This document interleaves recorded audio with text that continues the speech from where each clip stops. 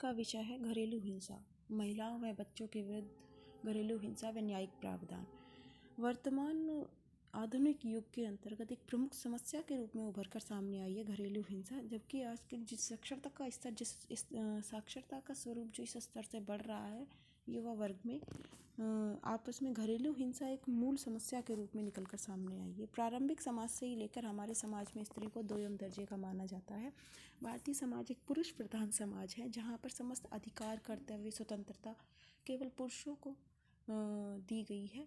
महिलाएं गृह कार्यों तक ही प्रारंभ में भी सीमित थी और आज भी उन्हें हीन भावना का शिकार ही माना जाता है और हीनता से देखा जाता है। उन्हें कोई अधिकार और कर्तव्य नहीं दिए गए हैं। संविधान द्वारा तो उन्हें समान माना गया है, लेकिन समाज द्वारा समान नहीं माना गया है। स्वतंत्रता के बाद लैंगिक समानता, शिक्षा, वैधानिक प्रावधान, जीवन, स्वतंत्रता के मूल अधिकारों की सार्थकता, महिला सशक्तिकरण के दौर में घरेलू हिंसा महिलाओं की सुरक्षा के लिए एक आज भी प्रश्न चिन्ह है। ऐसा क्यों है?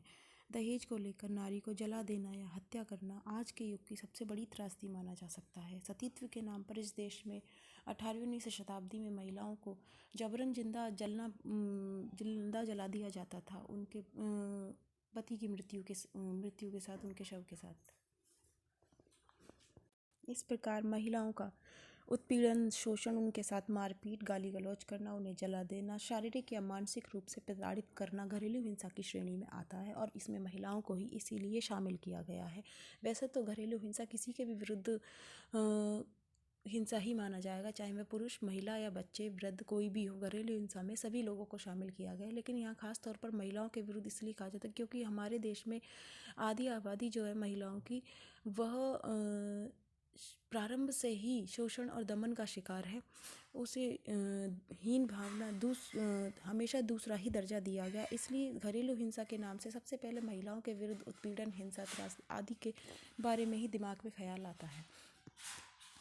पारिवारिक हिंसा में वह हिंसा आती है जो महिलाओं के निकट रिश्तेदार जैसे माता पिता, भाई बहन, सास ससुर, ननद, भाभी, परिवार के किसी भी सदस्य या व्यक्ति द्वारा किया जाने वाला हिंसक व्यवहार जो शारीरिक या मानसिक रूप से महिलाओं को आघात पहुंचाता है। क्योंकि आज हमारे समाज के अंतर्गत यह शुरू से प्रथा रही है कि महिलाएं अपना घर छोड़कर विवाह के बाद दूसरे के घर जाती हैं और वहां जाकर उन्हें सबसे पहले अपना जो भूमिका संघर्ष की स्थिति का सामना करना पड़ता है। और भूमिका संघर्ष और तनाव की स्थिति में जो महिलाएं अपने आप को सही रूप से सामंजस्य बिठा लेती हैं, उनका जीवन सही चलता है। और जो सामंजस्य नहीं बिठा पाती है किसी कारणवश, और सामंजस्य ना बिठाने के भी अनेकों कारण होता है, आर्थिक स्थिति सही ना होना, पारिवारिक स्थिति सही ना होना, परिवार बड़ा होना, तो उस संदर्भ में ये घरेलू हिंसा जैसी समस्याएं उत्पन्न होती हैं।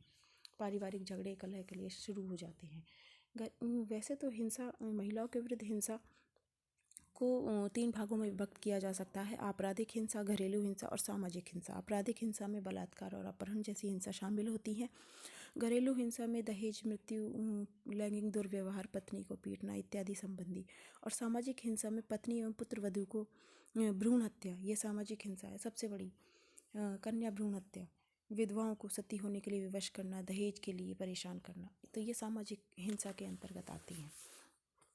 तो हम सिर्फ घरेलू हिंसा की चर्चा करेंगे। अब घरेलू हिंसा क्या है? कोई भी ऐसा कार्य जो संवैधानिक प्रावधान है उसके अंतर्गत, कोई भी ऐसा कार्य जो किसी महिला, 18 वर्ष से कम बालक बालिका व बच्चे के स्वास्थ्य, सुरक्षा, आर्थिक क्षति जो असह्य हो, घरेलू हिंसा की श्रेणी में आता है। अर्थात किसी घरेलू संबंधी नातेदार द्वारा किया गया दुर्व्यवहार, शारीरिक प्रताड़ना, लैंगिक दुर्व्यवहार, गाली गलौज, उपहास, आर्थिक संसाधनों से उसे वंचित करना घरेलू हिंसा के दायरे में आता है। इस संदर्भ में महिलाओं के संरक्षण हेतु घरेलू हिंसा से महिला संरक्षण अधिनियम 2005 प्रारंभ किया गया है और राष्ट्रीय महिला आयोग इसकी प्रत्यक्ष रूप से जांच पड़ताल करता है, जिसके तहत पीड़िता अपनी सुरक्षा हेतु न्यायिक सहायता ले सकती है। अधिनियम 26 अक्टूबर 2006 को संपूर्ण भारत में लागू हुआ है, क्योंकि ये पहले जम्मू कश्मीर में भी लागू नहीं था, लेकिन वर्तमान धारा 370 हटने के बाद में जम्मू कश्मीर भी इस कानून के दायरे में आता है।